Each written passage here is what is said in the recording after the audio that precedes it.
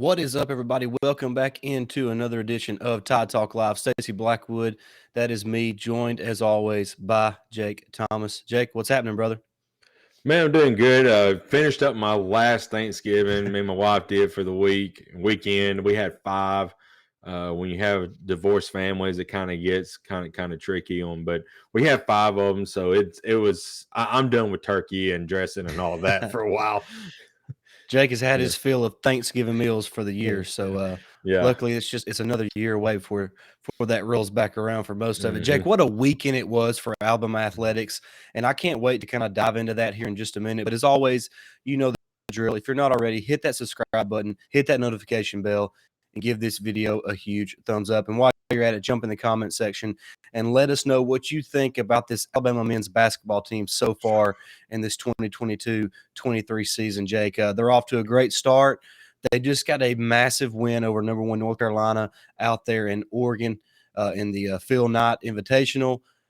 Jake, just what's your – I know the North Carolina win and the Michigan State win really stand out so far on this team that's now sits at 6-1 on the season. What are your thoughts on this team just real quickly, a few games into the year? Well, number one is Brandon Miller is probably the best player for his team and the country right now. Without Brandon Miller, I don't know where this team would be at. They'll be really good because he didn't really have that great of a game today, but his supporting cast showed up in the game today. But that's the other thing that 5, 6, 7 years ago, and I hate to keep going off on this, but this team back in those 6, 7 years ago would have just folded in games like this, and this team now, and this team's different than last year's team. Last year's team, it was a lot of egos. This year's team, it's no egos. It's about the team.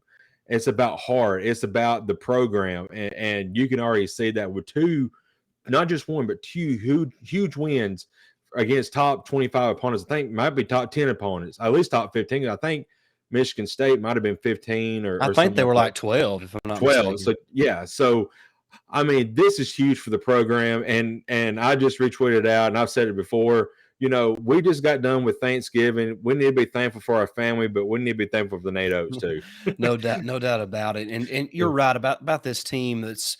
It is the Brandon Miller show because he's just that phenomenal of a basketball player. But I'm with you. Today really showed me what this team is capable of, because Brandon Miller did not have his best day.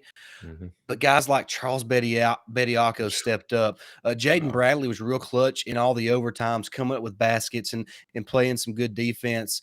Just Bediako finished with 14 points and 16 rebounds. Wow. He had 2 blocks. Of course, that huge block with 8 seconds left that they originally called goaltending that gave North Carolina a 1-point lead, but it was clearly a block, and they went back and reviewed it and got that reversed the right way. So just Bediako come up huge for Alabama today. He was fantastic, and all those guys really just stepped up.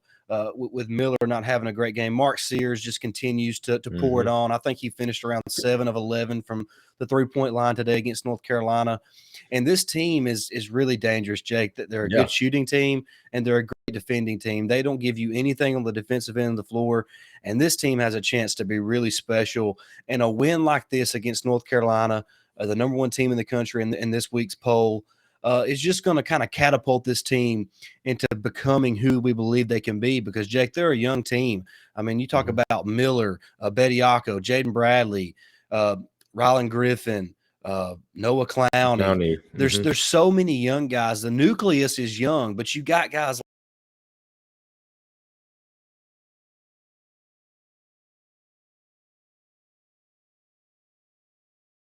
and he is just a fantastic fantastic basketball player, and he has played really well the last few games. And guys like him and JQ can kind of lead this team with that young core that they have.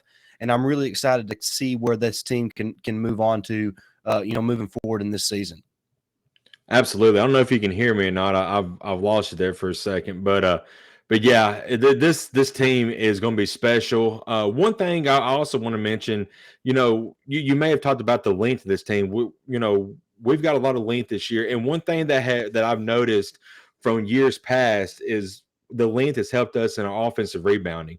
This Yeah, team is averaging probably 15 offensive rebounds a game, it seems like. So I mean, they're all over the place, and of course, everybody has a negative to say about the rebounds. Well, if they're rebounding a lot, then then they're missing a lot of shots. Well, they put up, I don't know how many. I mean, they put up a ton of shots a game, so all of them is not going to go down. So there's opportunities there for rebounds, but exactly. majority of them are going down, and 3-point shooting has been great. And the defense as well, man. It's just been incredible to see. And like you said, this team's special, and I can't wait to see how they do in SEC play.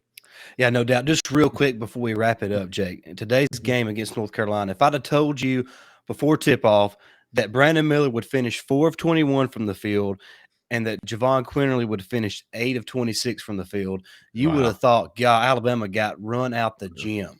Right. But because of guys, and Quinterly still finished with 21 points just because of the volume of shots he got.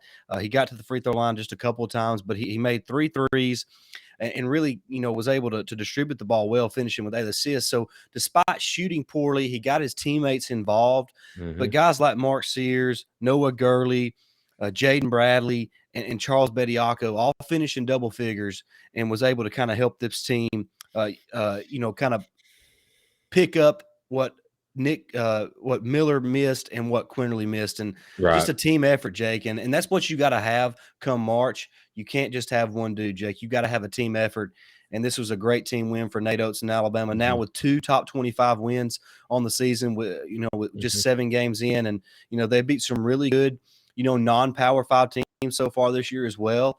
And it just looks like this team has a chance to be special, and I'm excited to see what they can do. Like you said, once conference play gets here, and guys like Dominique Welch is going to be back in the lineup. Darius Miles will be back in the lineup. So this team is not a finished product by any means, and they have a chance to be really special. And I'm excited to see the growth this team shows throughout the season. Absolutely. That's what I was going to mention is Dominic Welch has not even stepped on the court yet. Darius Miles, I know he played a little bit the other night, but, you got to get him going in, game time and game speed. So once those guys gets healthy, I mean, we've got a 12-man rotation, and it's deep. And that bench, the Alabama bench can probably be its own starting 5 anywhere else. I mean, they're that loaded this year. So they are. Alabama's as deep as anybody in the country, and that's not an overstatement. That is a fact. You ask anybody in the college basketball world, they will tell you that Alabama is one of the deepest teams in the country. And Jake, this non-conference slate doesn't get any easier. They got South Dakota State, then at number 2 Houston, home for Memphis, at Gonzaga, and wrap up conference play with Jackson State. So there is some tough matchups down the road for this team. Probably going to see another loss or two. Should not surprise you, should not shock you. But I'm not going to be surprised if Alabama's in all those games right down to the finish, because they're that good and they have that much potential. And Nate Oats is cooking up something special in Tuscaloosa.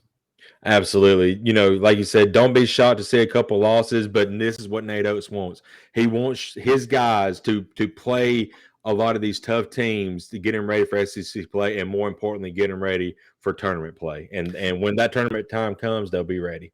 And the best thing about these wins over Michigan State and North Carolina, they're not at home. Now, they're not true road games, but they are neutral site games. So you have that on your side. And if you lose to Houston and Gonzaga on the road, there's not going to be too many people that go into those gyms and win anyways. Right. So there's nothing to be ashamed about it if you go in there and drop those games. But I'm expecting Alabama to play tough and play hard. Gonzaga is probably going to be pretty fired up after losing last year, so that should be an interesting matchup. But I'm excited about the season, Jake, and it's just really getting hot and heavy now. Now that Thanksgiving's complete, just a couple more weeks of non-conference play, and then we'll be right in the thick of SEC play, and it's going to be a lot of fun. Absolutely, man. I'm excited. A lot of good sports still to be had. I know football is ending, but basketball's full right now, and baseball and softball's coming up. So exciting times right now to be an Alabama fan. No doubt about it. All right, guys. Well, that's going to wrap this episode up. If you're not already, hit that subscribe button, hit that notification bell, give us a thumbs up, and jump in the comments and let us know what you think about this Crimson Tide basketball team. But thank you so much for watching, and until next time, Roll Tide. Roll Tide.